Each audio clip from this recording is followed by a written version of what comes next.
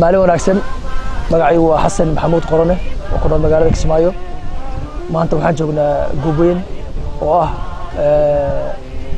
meel aad iyo aad u qurux badan ku haboon dalxiiska ku haboon in waqti lagu qaato aad u wanaagsan si aad ogtihiin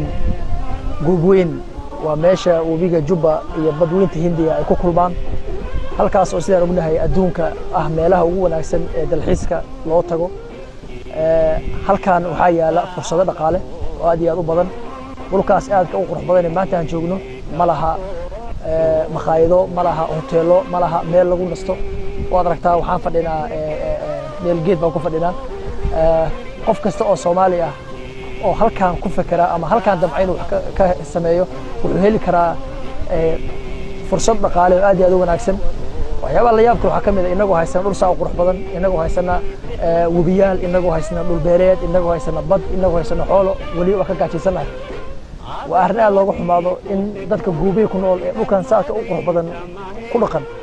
ay raashin ka sugaan WFP iyo hay'ado la mid ah oo iyagu aysan waxba soo saaranin haddii aan bedelin aqligeena haddii aan bedelin qaabka u fikirayno waligeen waxaan ahaanaynaa dad ku hoos nool laakiin haddii aan maankeena ka shaqaysiino wacyiina aan yeelano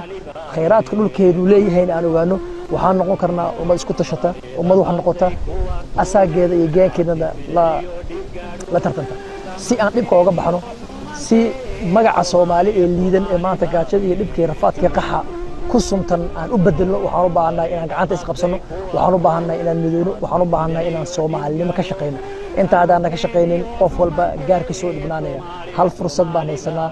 oo ah in aan dalkan ugu wada noolaano walaalo is ogol oo israba oo wada noolaada taa hadaan weyno waxaan noqonaynaa walaalo wada dhinta adaguna ku wiirsado oo maasantii